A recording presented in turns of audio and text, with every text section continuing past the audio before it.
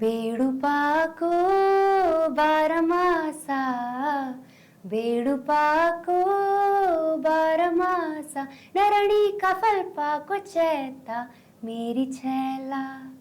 ये गाना तो शायद आपने कभी ना कभी शादियों या पार्टियों में सुना ही होगा। यहाँ तक कि उत्तराखंड का यह गाना आपने बॉलीवुड के कई सिंगर्स को गाते हुए भी सुना होगा।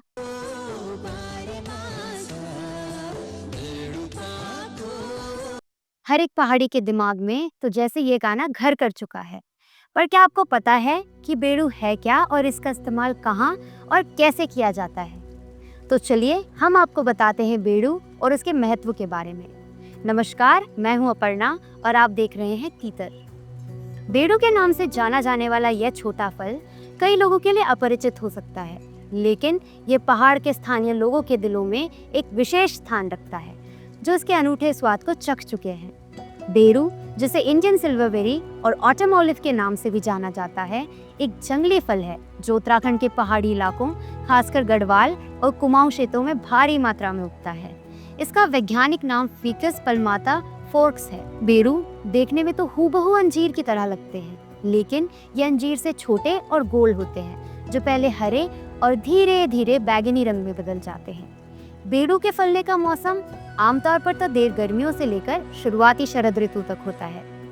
वैसे तो इसे अक्सर ताज़ा खाया जाता है, लेकिन स्थानीय लोग इसे विभिन्न पाक व्यंजनों में शामिल करते हैं। इसके अतिरिक्त बेड़ू का उपयोग ताज़ा पेय पदार्थ, सिरप, अचार और मिठाइयों की तैयारियों में किया जाता है, जो पहाड़ी क्षेत्रों में इसकी बहुमुखी प्रतिभा को दिखाता है।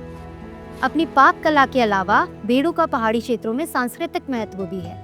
स्थानीय त्योहारों और मेलों में अक्सर बेड़ू से बने हुए व्यंजन और उत्पादन पेश किए जाते हैं, जो पहाड़ियों की समृद्धि का जश्न मनाते हैं। स्थानीय लोकगीतों और पारंपरिक व्यंजनों में इस फल का विशेष स्थान है, जो पहाड़ी समुदाय के साथ इसके गहरे संबंध को दर्शाता है। बेड़ू सिर्फ एक फल नहीं है, बल्कि ये जमीन से जुड़ाव का प्रतीक है।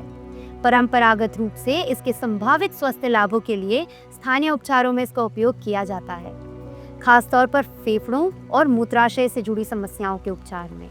इसके औषधीय गुण इसे स्थानीय स्वास्थ्य प्रथाओं का एक महत्वपूर्ण घटक बनाते हैं, खासकर उन क्षेत्रों में जहां आधुनिक चिकित्सा संसाधन सीमित हो सकते हैं। इस फल में लगभग 45% रस होता है, जो इसे ताजगी देने वाला और फायदेमंद उपाय बनाता है। आवश्यक पोषक तत्वों की मौजूदगी इसे न केवल आहार में एक स्वादिष्ट व्यंजन बनाती है, बल्कि प्राकृतिक अच्छाइयों का स्रोत भी बनाती है।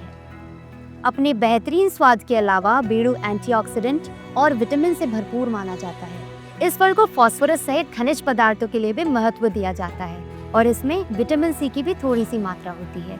बेड़ू के पेड़ के रस को औषधि के अलावा सामान्य रूप से भी उपयोग में लाया जाता है, जैसे कि इसका इस्तेमाल मस्से के उपचार में भी किया जाता है, जो पारंपरिक घरेलू उपचारों में फल की महत्वपूर्ण भूमिका को दर्शाता है।